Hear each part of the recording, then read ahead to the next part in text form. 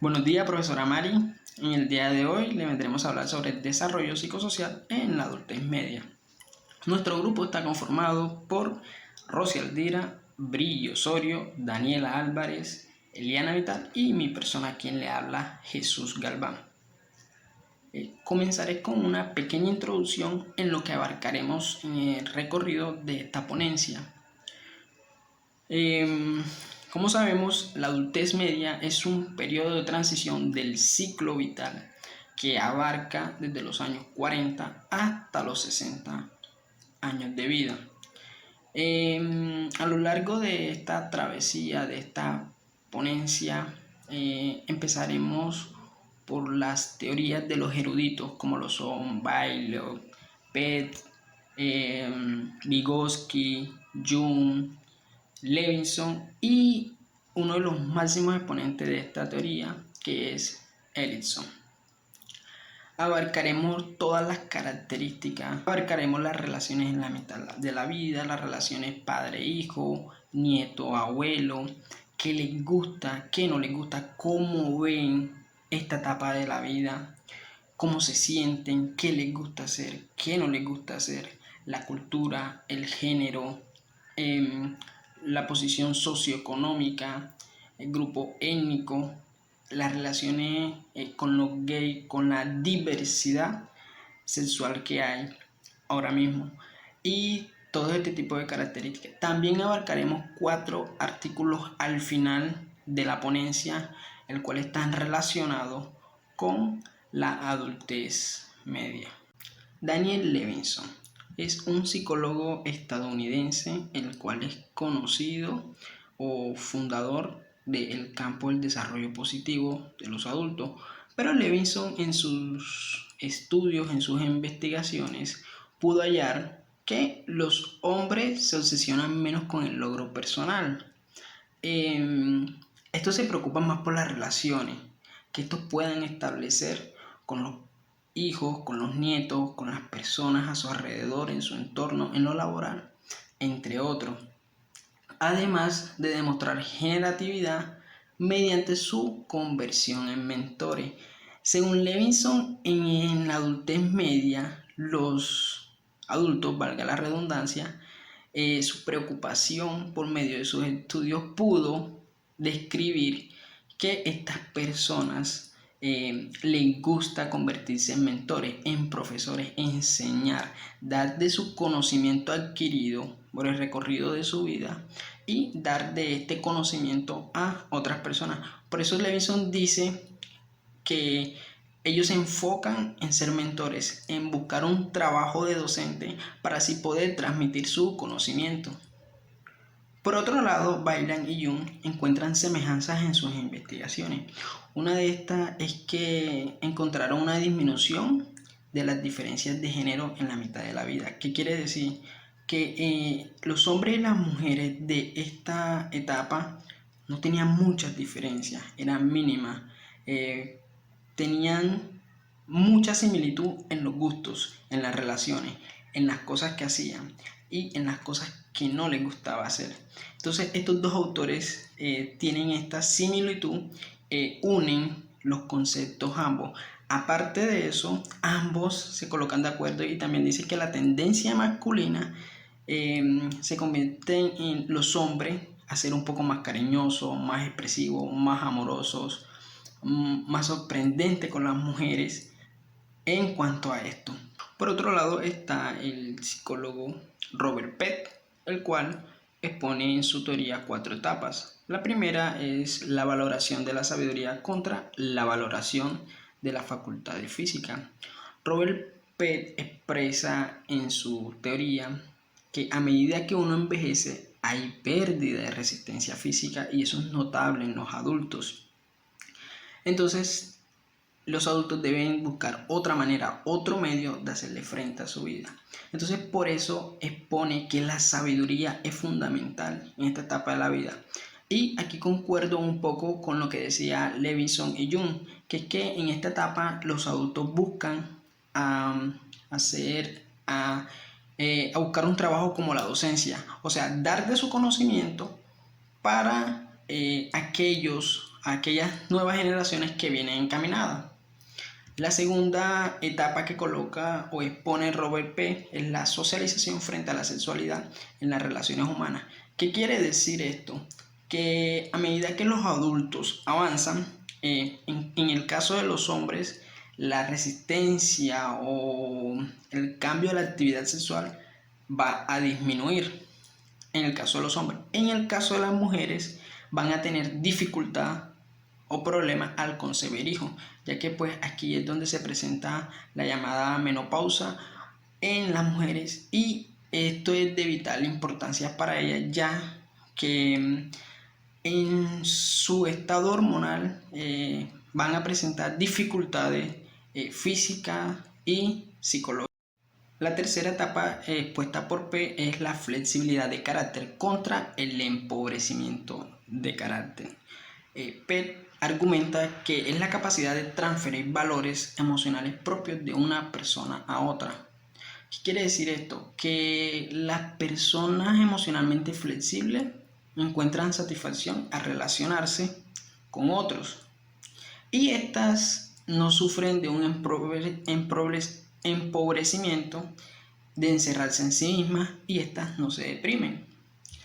La cuarta etapa que expone Pett es la flexibilidad mental contra la rigidez mental. Esta es más que todo en la parte cognitiva. Dice Pett que la persona que es mentalmente flexible puede cambiar con el tiempo y acoger nuevas ideas en cuanto al mantenimiento de una actitud positiva de la vida. Pett se enfoca básicamente que es de vital importancia en la adultez media cómo se relacionan estas personas. Siempre están buscando más por el lado de relacionarse, de tener un entorno social agradable, bueno, positivo. Esto en cuanto con los hijos, nietos, en lo laboral, con los demás personas, amigos, familiares, etc. Por último, tocaremos a Erik Erikson. Erik Erikson tiene una postura muy similar con Sigmund Freud, lo cual está de acuerdo en que la personalidad se desarrolla a través de una serie de etapas. Como sabemos, Erik Erikson desarrolló las etapas del desarrollo que comienzan desde el nacimiento hasta el final de la vida. Pero me centraré en la etapa 7, la cual la llamó generatividad versus estancamiento. Erikson ve esta etapa de la vida, de la adultez media, diferente a Jung. Jung habla sobre que los adultos, ya lo expresé anteriormente, ven interiormente. Ahora, el concepto que tiene Erikson es diferente. Dice que los adultos ven exteriormente. ¿Qué quiere decir? Que el interés de los adultos maduros es más por orientar a las generaciones siguientes. No buscan el beneficio propio como tal, sino el beneficio de su familia, el beneficio de sus amigos, el beneficio de las personas con las cuales se rodean en su entorno. Entonces, esta es la definición que le da Erikson a el desarrollo psicosocial en su etapa número 7. No siendo más, los dejo con mi compañera Eliana. Muchas gracias. Crisis en la mitad de la vida. Cuando escuchamos esto nos podemos hacer muchos interrogantes. Existe una crisis en mitad de la vida en la cual es inevitable que no se dé. Sin embargo, el término crisis suele producirse entre los 40 y 45 años. Incluso uno de sus detonantes en la conciencia de la mortalidad, de la manera en cómo enfrentamos esta crisis, depende del éxito y el desarrollo de la identidad. Las crisis que se presentan en la mitad de la vida son problemas en el trabajo profesional, relaciones de pareja, madurez en los niños, vejez o muerte de los padres, cambios físicos de envejecimiento. Esta parece afectar a los hombres y a las mujeres. Algunos investigadores han confirmado una hipótesis que el sexo masculino tiende a ser más provocado con uno de los asuntos de problemas de trabajo, y las mujeres suelen más presentar este problema con la relación de pareja, el cambio físico y el envejecimiento. Ahora bien, Erikson define la formación de la identidad como el interés principal de la adolescencia. De hecho, algunos científicos consideran el proceso de la formación de la identidad como el problema principal de la adultez. Ahora bien, Susan Crowe estuvo de acuerdo con las teorías de los procesos de la identidad, considerando que la identidad está compuesta por la acumulación y la percepción del yo. En los esquemas de la identidad se incorporan para las características físicas y las habilidades cognitivas y los rasgos de personalidad percibido. Otro de los aportes fue el de Piaget, donde describió el desarrollo cognitivo de los niños. Asimilación de la identidad. Esta mantiene un sentido coherente ante las nuevas experiencias desde el yo. Ahora bien, acomodación de la identidad. Ajuste del esquema para dar cabida a nuevas experiencias. Y por último, la generatividad, identidad, que Erikson la considera que está como un aspecto de la afirmación de la identidad. A continuación, los dejo con mi compañera Daniela. Modelos de etapa normativa, individualización y transferencia. Carl Jung sostuvo que el desarrollo saludable a la mitad de la vida requiere de la individualización. Este es el surgimiento del verdadero yo a través del equilibrio e integración de las partes contradictorias de la personalidad, entre ellas las que antes fueron descuidadas. La segunda etapa normativa es la generatividad frente al estancamiento, en el interés de los adultos maduros por orientar y ayudar a la siguiente generación a que logre establecer y perpetuar en uno mismo. Relaciones consensuales. Debo empezar diciendo primero el concepto de relaciones. Relaciones es la unión o el trato entre dos o más personas.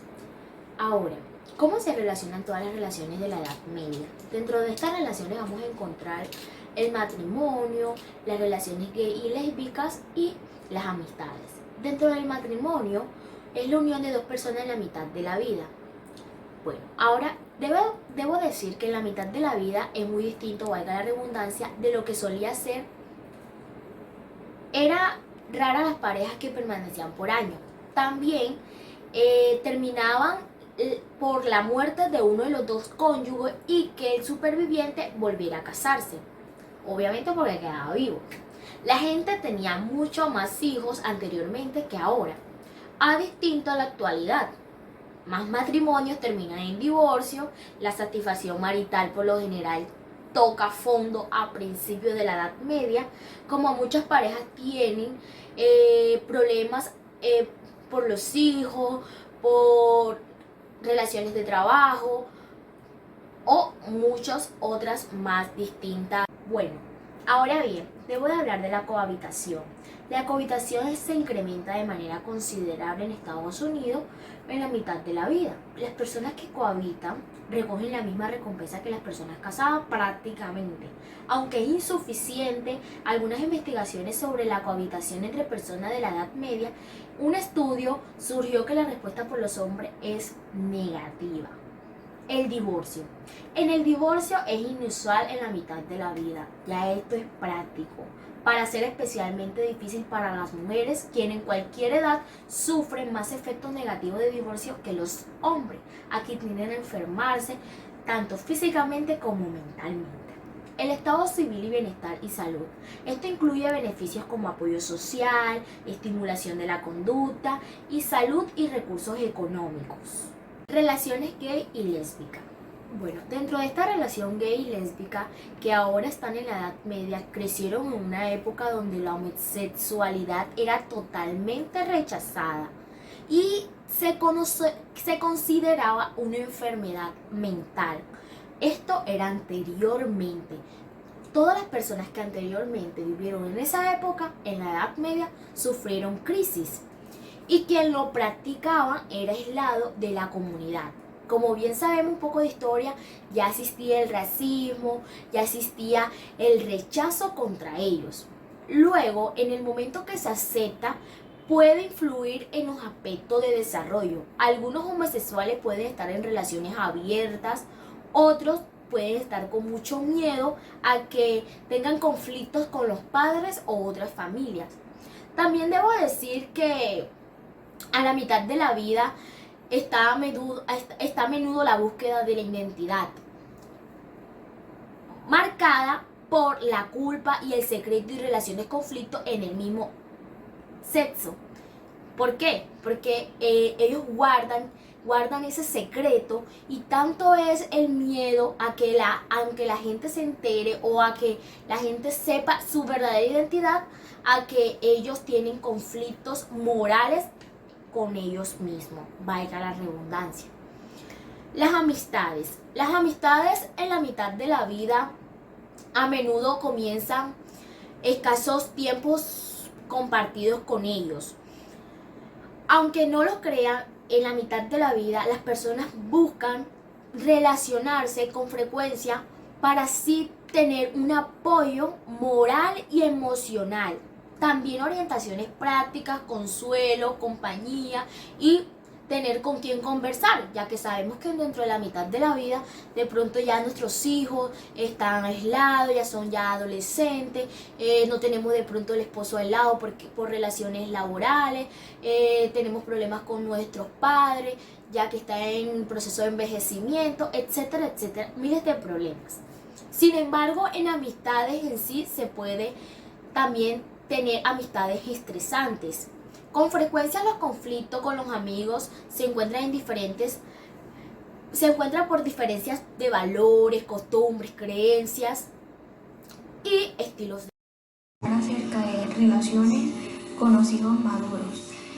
Uno de los procesos que conlleva la paternidad es el de ver a los hijos irse de casa. Pero antes de que llegue este momento importante, para mí es necesario que hablemos de cómo son las relaciones con los padres con sus hijos. Puede que esta sea asertiva, basada en una buena comunicación, basada en el amor, en el respeto, o por lo contrario que sea una relación negativa, agresiva y malcriada. La crianza prolongada, el nido abarrotado. Bueno, en esta parte actualmente el hogar suele ser dejado mucho tiempo hoy en día, en comparación como eran los tiempos de antes, en el que muchas veces, como en el caso de algunos de nuestros abuelos, tíos lo hacían, en el cual no esperaban ni siquiera cumplir la mayoría de edad, o cuando cumplían la mayoría de edad era la oportunidad para ellos casarse e irse del nido. Existe un fenómeno llamado incapacidad para independizarse, el cual es más notorio en las naciones occidentales. Desde los años 80, este fenómeno consiste en que los hijos adultos aplazan la salida de sus hogares en un rango de 28, 29 años o más. También en esta parte hablamos de un síndrome llamado puerta giratoria, en la que se le asigna este nombre cuando los adultos tempranos regresan al seno del hogar después de haber salido de él, ya sea que regresen ellos solos o con sus propias familias. Aquí en nuestro país no resulta desconocido ver este síndrome, tanto así que entre nuestros familiares cercanos o lejanos hemos sido testigos de esta situación. Cabe resaltar que en algunos padres se genera un tipo de tensión intergeneracional cuando los hijos no cumplen con sus expectativas, con sus normativas deseadas, puesto que cuando los hijos se independizan constituye una señal de éxito para los padres, de gozo, de alegría. Existe una mejor relación cuando entre padres e hijos tienen un empleo y viven por su cuenta, cuando dice en el libro que cuando esto no se alcanza, se genera estrés en los padres y en la familia. Bueno, hablaremos ahora un poco acerca de la crianza de los hijos mayores. Escuchamos mucho esta frase en nuestro ambiente social que dice así: así sea que tengas 40 años, yo sigo siendo tu mamá, o mientras estés bajo mi techo se hace lo que yo diga. En esta etapa suelen surgir nuevos problemas, por lo tanto se requiere de nuevas actitudes y conductas por parte de los hijos y padres para superarlos. En esta parte, en el capítulo 16, nos dice que los padres ayudan más a los hijos que son solteros, como lo son los universitarios, o padres solteros a los que tienen su propia familia y son independientes. En la crianza de los hijos mayores se presenta un contraste entre la forma de cómo se tratan con sus padres. Es decir, para algunos padres se les dificulta tratar a sus hijos como lo que son adultos, y muchas veces a los a los adultos tempranos, les resulta fastidioso aceptar la continua preocupación de sus padres hacia ellos. Muchos se molestan y le dicen que si ellos son grandes, que por qué los tratan así, que disminuyan un poco ese excesivo control que tienen hacia ellos. Estas controversias pueden verse aplacadas cuando hay un buen ambiente familiar, cuando es cálido, cuando tiene valores, cuando hay respeto. Bueno, ahora ha llegado el punto de hablar acerca de los hijos adolescentes. Aquí en esta etapa puede presentarse un problema para los padres e hijos, puesto que ambos se encuentran en etapas donde hay crisis emocionales, donde los adultos de edad media son los padres y son quienes enfrentan al gran desafío de los cambios que viven los adolescentes. Estos cambios son físicos, emocionales y sociales, como lo hemos visto durante las clases, donde tienen una tarea importante y es la de aceptar a sus hijos como son y no como quieren que ellos sean. Bueno, ahora ha llegado una parte en la cual hablaremos cuando los hijos se van del nido, de ese momento en que la mayoría de los padres e hijos experimentamos. Este término hace énfasis al momento en el que los hijos dejan el seno del hogar. En el libro nos dice que a las madres que se dedicaron a su maternidad, al cuidado y a la atención de los hijos les suele ser más duro, y a otras madres, por lo contrario, lo ven como una experiencia liberadora. Goodman manifiesta que para algunas madres el nido vacío puede traer consigo alivio de lo que él llamó emergencia crónica de la maternidad. Las madres pueden perseguir sus propios gustos, deseos, intereses, mientras disfrutan el éxito y logro de sus hijos mayores. Cuando los hijos no son exitosos, el proceso se vuelve oscuro, se vuelve difícil para los padres. Esta situación hace que los padres se vean en la necesidad de brindar apoyo material y económico a sus hijos. Finalmente, quiero decir que los efectos del nido vacío va a depender de la calidad, de la duración de un buen o un mal hogar. El nido vacío no quiere decir que es una señal del fin de la maternidad y paternidad. Al contrario, es una entrada que marca una nueva etapa en la relación de padres e hijos. Muy buenas tardes. A continuación hablaremos sobre las relaciones en la mitad de la vida, otros vínculos de parentesco. Iniciaremos hablando sobre las relaciones con los padres ancianos. En esta etapa, las personas de la edad media ven a sus padres de manera mucho más objetiva que antes, en las cuales pueden resaltar las virtudes y defectos que presentan. Estas se caracterizan por tener un fuerte vínculo afectivo, por observar calidez entre ambos, un contacto frecuente, ayudas mutuas, sentimientos de apego y valores compartidos, la cual suele darse principalmente del padre hacia sus hijos. Una de las nuevas etapas que experimentan este tipo de personas es denominado madurez filial, en la cual los hijos de edad media aprenden a aceptar y satisfacer las necesidades de dependencia de los padres. Es así como durante el desarrollo de esta suele darse la crisis filial, en la cual los adultos aprenden a equilibrar el amor y el deber hacia sus padres. Cabe resaltar que durante esta etapa ellos aceptan estas obligaciones de buena gana. Otro es el hecho de convertirse en cuidador de los padres ancianos, partiendo principalmente de que en esta etapa las generaciones tienen una mejor relación. Mientras los padres disfrutan de salud y vigor, podemos decir que cuando las personas mayores suelen enfermarse, la carga de su cuidado puede ejercer demasiada presión en las relaciones que llevan.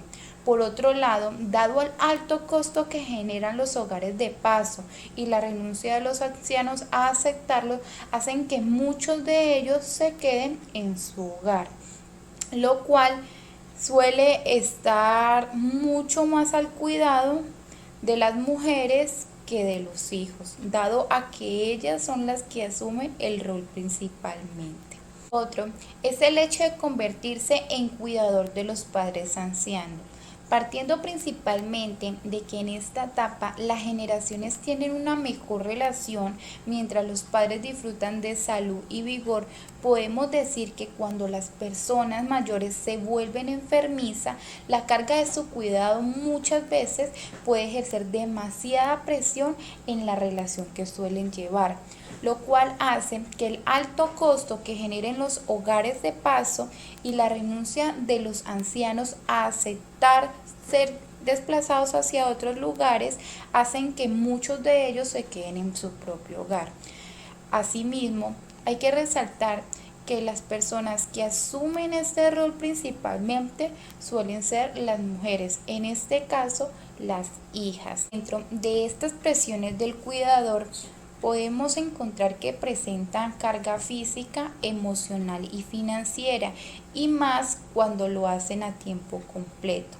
Asimismo, podemos observar que la presión no solo viene del cuidado en sí, sino de la necesidad por equilibrar esto con la responsabilidad personal que tiene la persona, dado a que en ocasiones los padres ancianos suelen volverse mucho más dependientes de sus hijos, y se cruza en el momento en que los adultos de la edad media necesitan ayudar a sus hijos a independizarse o a criarlos. Por otro lado, suelen manifestar que presentan problemas maritales, en la cual los matrimonios se vuelven mucho más hostiles y las mujeres suelen desarrollar mayores grados de depresión. Esta generación suele ser llamada la generación del sándwich, ya que se ven atrapados entre las necesidades en competencia, su tiempo limitado, el dinero y la energía. Por otro lado, cabe resaltar que los cuidadores también necesitan tiempo a su vida, así que hacen uso de los arreglos, internados, la vivienda asistida o la división de las responsabilidades entre hermanos, así como el apoyo comunitario y el cuidado de relevo. Otro tema que tocaremos es el hecho de convertirse en abuelo, en la que muchos de ellos se convierten en abuelos antes de que termine su crianza. Un claro ejemplo se vive en Estados Unidos, donde una persona adopta este rol a los 45 años. Es así como muchos de estos abuelos viven para ver a sus nietos convertirse en adultos. Se afirma que el 80% de las personas mayores de 65 años ya tienen un nieto, y que la tercera parte de ellos suelen afirmar que esta es una de las etapas mejores e importantes durante el proceso del envejecimiento. Asimismo, se evidencia que hoy en día las nuevas generaciones tienen mucho menos nietos que tiempos pasados. Por otro lado, el aumento de incidencia del divorcio en la mitad de la vida hace que los abuelos adopten el rol de abuelastro. Asimismo, suelen presentarse que la otra parte, que sí está casado, presentan una participación activa en el trabajo y la comunidad. Por lo tanto, presentan mucho menos tiempo para cuidar a sus nietos. Otro caso o hecho importante es el papel de los abuelos, en la que en muchas sociedades en vías de desarrollo los hogares de las familias extensas predominan, lo cual hace que desempeñen un papel fundamental en la crianza infantil y en las decisiones familiares. Asimismo, podemos resaltar que las abuelas ven más a sus nietos, lo cual hace que tengan una relación mucho más estrecha y afectuosa entre ellos que con la del abuelo. Otro es el hecho de que la condición de abuelo es importante para ellos, ya que le permite tener una alta autoestima y sentirse satisfechos con el rol que están asumiendo durante el momento. Asimismo, hay que hablar sobre el rol que asumen los abuelos después del divorcio y las nuevas nupcias, en la cual el aumento de los divorcios y las nupcias hacen que cada día más los abuelos y nietos tiendan a poner en peligro sus relaciones, dado que las madres suelen ser quienes conservan las custodias de los menores, por lo que hace que los abuelos maternos reafirmen la relación en sí, pero que los abuelos paternos se vean afectados. Por otra parte, los abuelos paternos suelen sentirse desplazados cuando la mamá de su nieto inicia una nueva relación, dado a que muchas veces el cambio de residencia de la nueva familia suele ser ajustado o dado en lugares lejanos. Cabe resaltar además que debido a la importancia de los vínculos de los abuelos en el desarrollo de los niños, suele concebírsele a los abuelos el derecho de la visita después de separarse la pareja. Esto si el juez lo considera que es bueno para el niño y dependiendo las reglas o normatividades que presenta el país o el estado en el que se encuentre la pareja. Otro tema muy importante es la crianza de nietos, en el cual podemos observar que en el mundo los abuelos son los principales o únicos cuidadores de los nietos, dado a que las migraciones que hacen los padres a otras partes en busca de trabajo, de una estabilidad económica, suele ser mucho más frecuente. Cabe nombrar además que ellos asumen este rol también cuando muchas veces se da un embarazo en la adolescencia, existe el consumo de sustancias psicoactivas, enfermedades, divorcio o muerte de los padres como tal. Sin embargo, esta paternidad sustituida, inesperada, para ellos suele ser una carga física, emocional y financiera, dado a que los adultos de la edad media tienen que en muchas ocasiones dejar de trabajar o disminuir sus planes de retiro, su vida social, entre otras cosas, con tal de tener el cuidado de los niños. Asimismo, podemos afirmar que ellos pueden ser una fuente de orientación, compañeros de juego, vínculos del pasado y símbolos de continuidad familiar, en la que la dedicación a la vida de las futuras generaciones expresa gratividad y el deseo de no trascender a la muerte.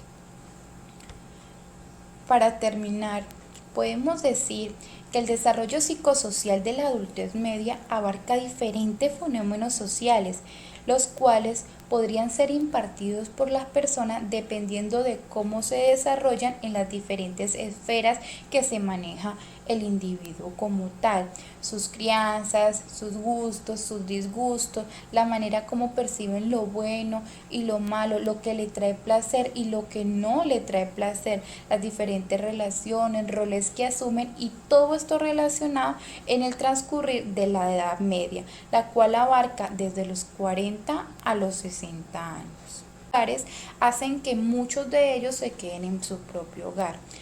Asimismo, hay que resaltar que las personas que asumen este rol principalmente suelen ser las mujeres, en este caso las hijas. Dentro de estas presiones del cuidador podemos encontrar que presentan carga física, emocional y financiera, y más cuando lo hacen a tiempo completo.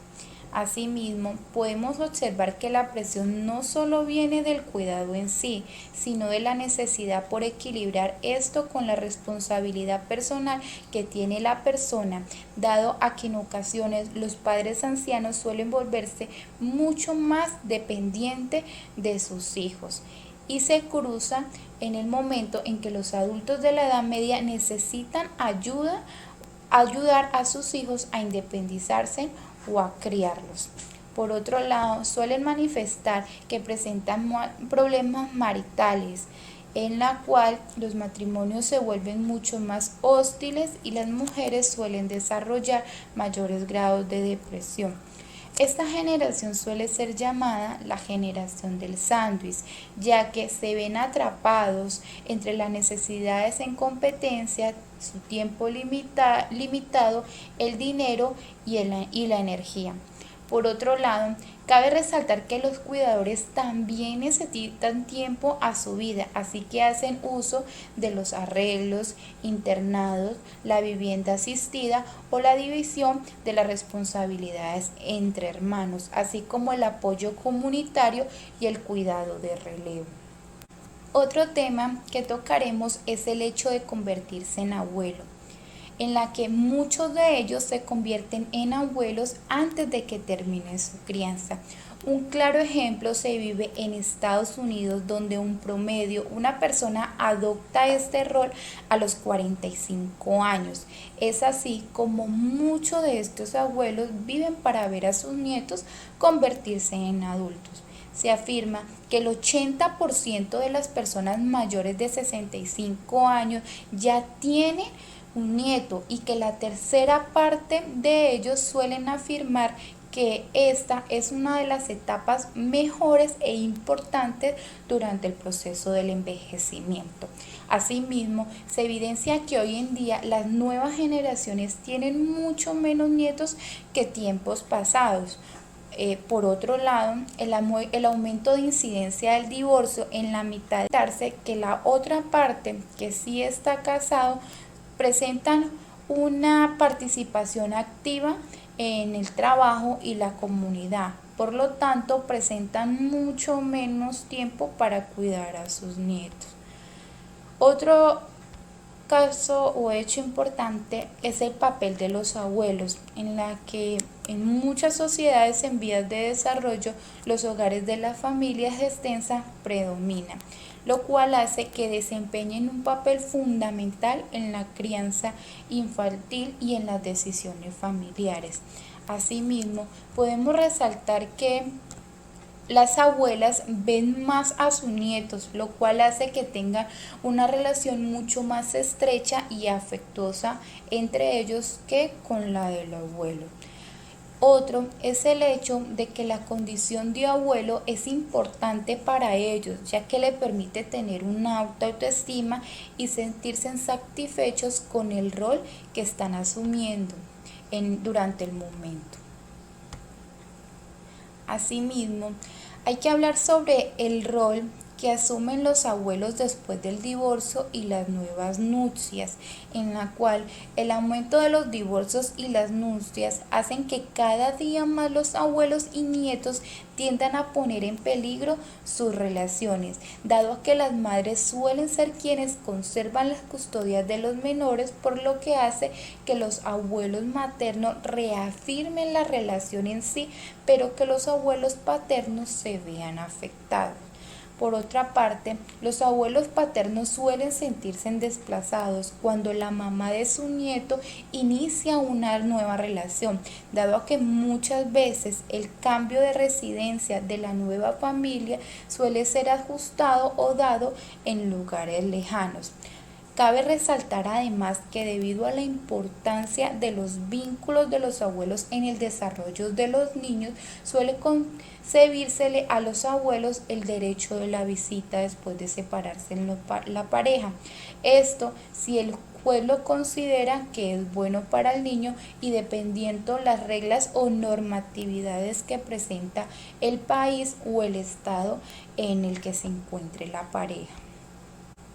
Otro tema muy importante es la crianza de nietos, en el cual podemos observar que en el mundo los abuelos son los principales o únicos cuidadores de los nietos, dado a que las migraciones que hacen los padres a otras partes en busca de trabajo, de una estabilidad económica, suele ser mucho más frecuente. Cabe nombrar además que ellos asumen este rol también cuando muchas veces se da un embarazo en la adolescencia, existe el consumo de sustancias psicoactivas, enfermedades, divorcio o muerte de los padres como tal. Sin embargo, esta paternidad sustituida, inesperada, para ellos suele ser una carga física, emocional y financiera, dado a que los adultos de la edad media tienen que en muchas ocasiones dejar de trabajar o disminuir sus planes de retiro, su vida social, entre otras cosas, con tal de tener el cuidado de los niños. Asimismo, podemos afirmar que ellos pueden ser una fuente de orientación, compañeros de juego, vínculos del pasado y símbolos de continuidad familiar, en la que la dedicación a la vida de las futuras generaciones expresa creatividad y el deseo de no trascender a la muerte.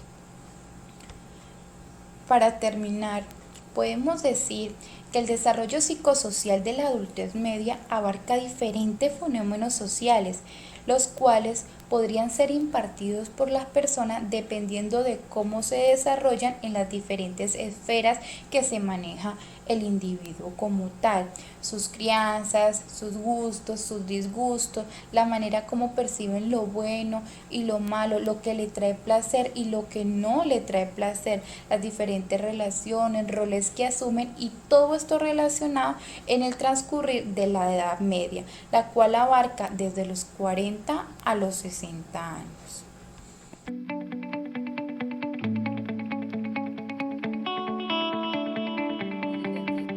Para concluir mi exposición, quiero aportarles un artículo de una investigación realizada en 134 países que llegó a la conclusión de que la mitad de la vida de la percepción del bienestar disminuye, pero no para siempre.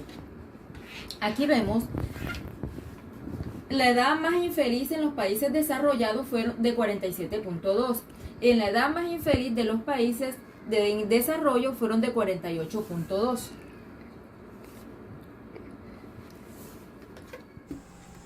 En el artículo 3, denominado Comorbilidad y problemas asociados al TDAH en la edad adulta, publicado por la Fundación CADACH en el 2017, podemos observar que en ella plantean que las ocurrencias del trastorno por déficit de atención con hiperactividad, más conocidos por sus siglas de TDAH, con otros diagnósticos psiquiátricos se presentan en más del 50% de la población afectada.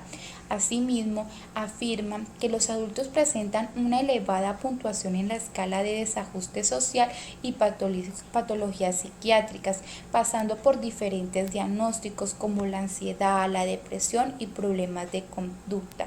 En esta medida, los adultos presentan distintos trastornos neuróticos. Un claro ejemplo es el planteado por Arthur Jensen, un distinguido profesor de psicología educativa de la Universidad de California, Berkeley y Estados Unidos, quien afirma en el año 2001, mediante un estudio, que el TDAH presenta comorbilidad con los trastornos de ansiedad en un 30%, con el trastorno depresivo mayor en un 22%, con el trastorno por abuso de drogas en un 20%, por el trastorno por tics en un 18%, con el trastorno bipolar en un 11% y el TDAH sin comorbilidad en un 10%. Por otro lado, el TDAH y las patologías duales encontramos que representan un factor de riesgo independiente para desarrollar un trastorno por consumo de sustancia y que la presencia de este trastorno bipolar o de conducta comórbida con el TDAH incrementa el riesgo de sustancias psicoactivas. Así, podemos determinar que el TDAH en adultos con dependencia alcohólica representan de un 35 a un 71%, que el TDAH en adultos con abuso de cocaína representan del 12 al 35%, que el TDAH en adultos adictos a opioides en tratamiento representan un 17 a un 22%. Que el TDAH en adultos adictos a la cannabis presentan una estimulación moderada, así como los adictos a la cafeína presentan una estimulación mucho más elevada, y que los adultos con TDAH adictos al tabaco representan un 70 a un 80%. Dentro de los tratamientos de la comorbilidad en los adultos con TDAH que nos aporta este artículo, se habla de que el médico suele establecer un trastorno comórbido en secundario al TDAH. en el cual el tratamiento del TDAH debería ir primero, ya que probablemente solucionaría el segundo. Sin embargo, en prácticas se suele determinar que no siempre suele darse de esta manera y que muchas veces es necesario primero tratar el segundo trastorno para después sí tratar el primero, dado a que el segundo trastorno puede estabilizar el primero. Otro de los tratamientos que exponen es que el tratamiento del TDAH adulto con comorbilidad incluye el tratamiento farmacológico, según las características del cuadro clínico y la psicoterapia que presente la persona como tal, y en dados casos también tiene que incluir la terapia de pareja elevada, y que los adultos con TDAH adictos al tabaco representan un 70 a un 80%. Dentro de los tratamientos de la comorbilidad en los adultos con TDAH que nos aporta este artículo, se habla de que el médico suele establecer un trastorno comórbido en secundario al TDAH, en el cual el tratamiento del TDAH debería ir primero, ya que probablemente solucionaría el segundo. Sin embargo, en prácticas se suele determinar que no siempre suele darse de esta manera y que muchas veces es necesario primero tratar el segundo trastorno para después sí tratar el primero, dado a que el segundo trastorno puede estabilizar el primero. Otro de los tratamientos que exponen es que el tratamiento del TDAH adulto con comorbilidad incluye el tratamiento farmacológico, según las características del cuadro clínico y la psicoterapia que presente la persona como tal, y en dados casos también tiene que incluir la terapia de pareja. Para concluir mi exposición, quiero aportar un artículo que encontré sobre, el nombre es unos pocos kilos de más en la adultez aumenta el riesgo de enfermedad. Esta es una investigación que se fue realizada en Estados Unidos el 27 de julio del 2017, donde afirma que la mayoría de los adultos aumenta de peso a medida que envejecen. Es algo cierto, pero una ganancia de apenas 5 kilos podría aumentar de manera significativa el riesgo de enfermedad. Sabemos que cuando ya estamos en la edad media y vamos envejeciendo, vamos sufriendo enfermedades genéticas, físicas y hasta mentales. Pero aquí dentro de esta investigación nos enfocamos más en el aumento de peso que genera enfermedades como colesterol, hipertensión y obesidad, entre otros. Aquí tenemos el aumento de peso, el riesgo de enfermedades crónicas en la edad media. Aquí tenemos en azulito el promedio de los hombres, que es un 8.6.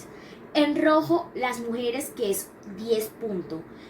Y las personas sanas, que son las que no se encuentran con ningún tipo de enfermedad ni con sobrekilo, tenemos 2.3.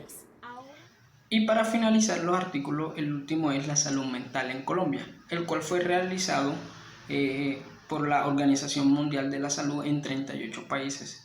En Colombia se realizó junto con el Consorcio Nacional de Salud Mental en el año 2003. El 40,1% de la población colombiana entre los 18 y los 65 años, que fue lo que estudiamos en el desarrollo psicosocial de la adultez media, abarca esta edad, está sufriendo o sufrirá alguna vez en la vida un trastorno psiquiátrico. Esto fue lo que detectaron los expertos en ese entonces. De estos trastornos, los trastornos de ansiedad encabezan la lista con un 19,% de la población colombiana. Luego le siguen los trastornos del estado del ánimo con 13,3%, los trastornos de control de impulso con 9,3% y los relacionados con sustancias psicoactivas y licor con 9,4%. Bueno, para concluir de todo este recorrido de la ponencia junto con mis compañeras y mi persona, quiero dar una breve conclusión. Podemos decir o podemos concluir que el desarrollo psicosocial en la adultez media abarca diferentes fenómenos, que estos podrán ser impartidos por la persona dependiendo de cómo se desarrolle en las diferentes esferas en las que ésta se mueva. Sus creencias, sus gustos, la manera en que percibe lo bueno y lo malo, lo que le trae placer, lo que le gusta, lo que no, en el transcurrir de la edad media, la cual, como lo dijimos al principio, abarca los años desde los 40 hasta los 60 años. Muchas gracias.